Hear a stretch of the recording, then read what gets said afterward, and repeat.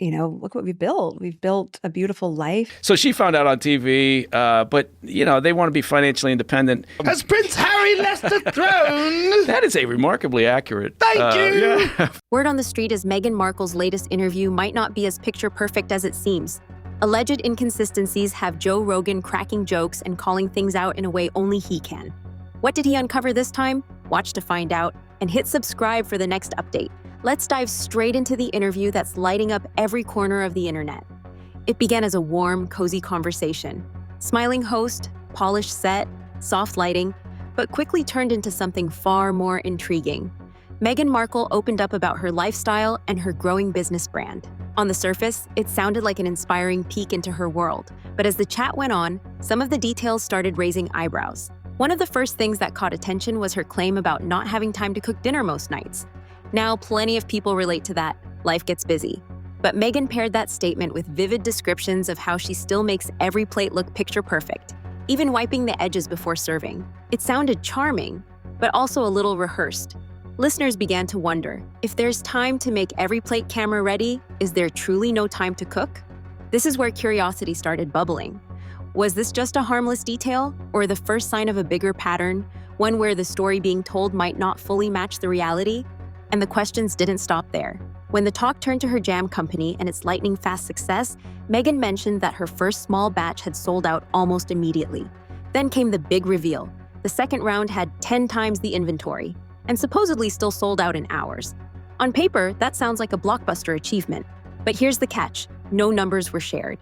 Was it 10 times 100 jars? 10 times 1,000? Listeners were left guessing. The moment she dropped those phrases, 10 times bigger and sold out in less than an hour, people leaned in. But they also started to wonder what those words actually meant. Selling out sounds amazing, but without concrete figures, it could mean almost anything. And there was another memorable comment: the idea of making 1,000,000 cobblers. Meghan used it to explain how hard it is to scale a home recipe for mass production.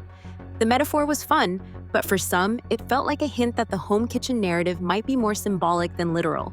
After all, big food brands rely on co-packers, industrial kitchens, and precise systems, things you can't exactly replicate in your own oven. Through it all, Meghan's voice remained calm and polished.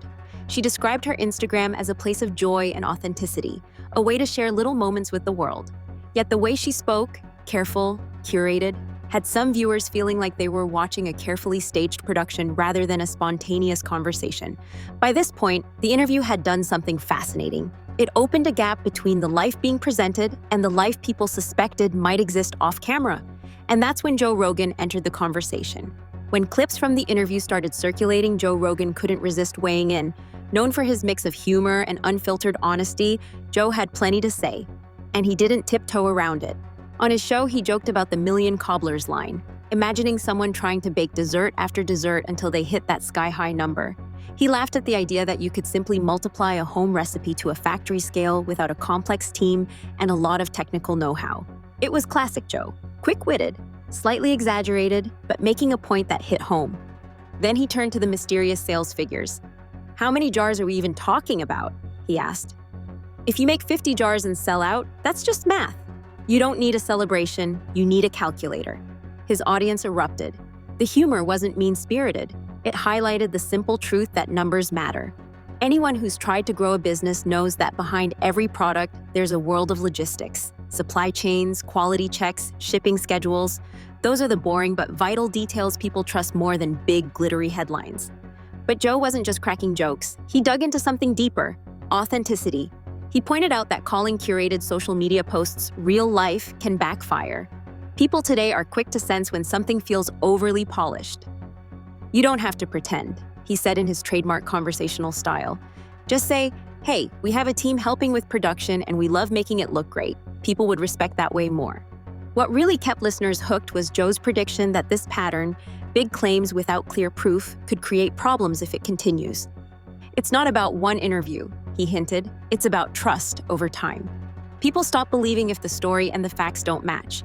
That comment set off a new wave of curiosity. Was this just a funny segment, or was Joe hinting at a bigger lesson about how celebrity brands rise and fall? Viewers wanted to know where he was going next, and he wasn't done. Joe saved one of his sharpest observations for the question everyone secretly wonders. How much of this brand is personal and how much is powered by outside partners? Now let's get into one of the most replayed moments of that interview. The claim that the second product drop sold out even after 10 times the inventory. At first listen, that sounds like a triumph any startup would dream of, but here's where things get interesting. No specific numbers were ever mentioned. Was it 10 times 50? 10 times 5,000? Without context, sold out can mean almost anything. Joe Rogan zoomed in on this point with the precision of someone who's been around business founders and big promises. He painted an easy picture. Imagine 2 shelves in a small shop. If you fill one shelf with 10 jars, and another time you fill both shelves and everything's gone, the math checks out, but that doesn't mean a national craze has begun. And here's the kicker. The interview even included a quick aside about preparing a purchase order for 1 million jars and lids. 1 million. That's a huge leap from the small batch image being shared. For anyone who's ever built a food product, those words carry serious weight. Storage space, shelf life planning, production schedules, and distribution deals. These aren't just buzzwords, they're commitments. This is why people kept asking for proof. How many jars were in drop 1? How many in drop 2? What's the reorder rate after 60 days? Those are the kinds of details that show a brand is scaling responsibly, not just speaking in headlines. Joe's commentary here was classic and sharp. He laughed about how anyone can sell out if the batch is small enough. Then he flipped the conversation with a challenge. If the next run is really headed for 1 million, show one signed order or a partner's confirmation. That's the kind of transparency that builds trust. By this point in his breakdown, Joe had turned what seemed like a cozy lifestyle conversation into a full-on masterclass on business credibility. And he still wasn't done. Next came the part of the interview that used one word again and again: authenticity. Meghan described her Instagram as a space of joy and authenticity, a way to share moments of daily life. It sounds wholesome and inviting, but Joe noticed a tension. Almost everything about the interview, the lighting, the carefully chosen stories, the picture-perfect plates, felt like it had been scripted for a magazine feature. He pointed out something many viewers felt but hadn't put into words. Authenticity isn't a label you give yourself. It's something other people notice when your words and actions line up. You can't declare it and make it so. You earn it. Joe explained it in a way that hit home. If you style your food, plan every shot, and work with a professional team, that's fine. It's normal. Just say so. Call it what it is, what we choose to share, and people will believe you.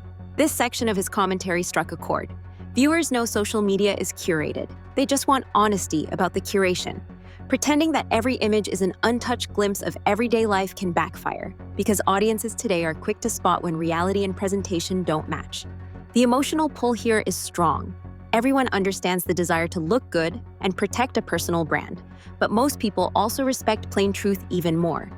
Joe's gentle but pointed advice was simple: less perfection, more proof. And just when the conversation seemed to settle, he opened another loop that kept listeners glued to their screens. If this is how the product side of the brand works, what does it mean for the media deals behind the scenes? This question led straight into another eye-catching part of the interview: Meghan's description of her relationship with Netflix. She said the streaming giant graciously allowed her full creative control, calling the projects her baby and her brand. On the surface, that sounds like complete freedom, but Joe raised an eyebrow. Major streaming companies don't hand out generous budgets without expecting serious deliverables and a share of the outcome. To him, it sounded more like a business partnership than a hands-off gift. Here's where the tension deepens. In other conversations over the years, Meghan has described media outlets as overly intrusive or even harmful. Yet here she celebrated working hand-in-hand with one of the world's biggest media platforms. That mix of outsider and insider energy can confuse an audience. Joe summed it up neatly. You can be part of the machine or you can stand apart from it, but doing both at the same time is tricky. He wasn't accusing anyone of bad intentions. He was pointing out how mixed messages can make viewers question the story. When you say the media world is tough but also rely on it to distribute your projects, people want a clear explanation. Was it a smart deal, a necessary compromise, a creative partnership? Saying which one doesn't weaken the brand, it strengthens it. And once again, Joe brought it back to transparency. If Netflix is helping with supply chains, marketing, or global reach, he said, just own it. Call the brand what it is, a media-driven business with a product arm. People will respect that clarity. This section of his analysis felt like a natural bridge between Meghan's public persona and the behind-the-scenes reality. It also kept viewers waiting for his next move, because there was still one viral soundbite to unpack. Remember that now famous line about making a million cobblers? What began as a light metaphor quickly turned into one of the interview's most replayed clips. Meghan used it to illustrate how difficult it can be to scale a homemade recipe into mass production. At first, it came across as a charming example, but for people who've worked inside real food operations, the statement didn't quite land. Joe Rogan broke it down with quick humor. He joked about the image of someone literally baking cobbler after cobbler until they hit a million, pointing out that real manufacturing doesn't happen that way. Behind every large-scale food product are engineers, food scientists, plant managers, and late-night problem solvers dealing with things like heat distribution, sugar levels, and shelf life testing. His point was simple and sharp. Real builders talk about process, not pastry metaphors. They talk about flavor stability, label misprints, and how one off batch can throw a whole run-off schedule. Those details may sound boring, but they are the marks of someone who's actually lived the grind. This is where the emotional tension rises. Listeners don't mind a fun analogy, but they want to know there's real work behind it. Joe's take turned that single sentence into a lesson on credibility. If you're running a serious operation, you don't need dessert metaphors to make the story interesting. The real challenges are interesting enough on their own. Next came a story that seemed small at first but revealed a lot more. Meghan's memory of saving for a rhinestone-studded BB shirt as a teenager. She described it as a moment of excitement and aspiration, finally owning something that felt special and stylish. Joe listened closely and offered an unexpected angle. He pointed out that the heart of the memory wasn't about taste, family tradition, or even food. It was about the thrill of owning a status symbol. He linked that to the jam brand's $9 price tag and the idea of reusing the jar to hold pens or flowers. His observation wasn't mean, it was revealing. Was the real goal to create an everyday food product or to sell a small piece of lifestyle prestige? And here's the emotional hook for viewers. Most people have had a moment like that, saving up for something that made them feel seen. It's relatable.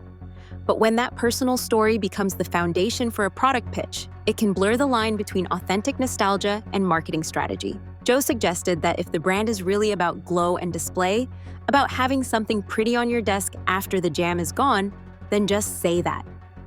People might still buy. They just won't feel like they're being quietly steered toward an image while being told it's all about simple joy. From there, the conversation naturally shifted to the brand's future. Meghan hinted at expanding beyond jam into candles and other home goods, maybe even exclusive partnerships with retailers like Target or Williams-Sonoma. To Joe Rogan, this sounded familiar. He's seen celebrity brands try to scale wide before they've built deep loyalty. The pattern is common: launch fast, spread across categories, and rely on star power to fill shelves. But without one product that's so consistent, people reorder without thinking, the shine can fade quickly. He used the example of successful specialty brands that focused on a single hero item for years before branching out, proof that depth beats breadth when it comes to trust. Make the jam so good people can't stop buying it, he said, then bring on the candles.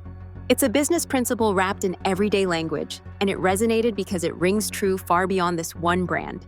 Everyone knows what it feels like when something spreads too thin, from a hobby to a side hustle. The message is clear: grow carefully, or risk losing the very meaning of the name on the label. Drop your thoughts in the comments and let's talk about it.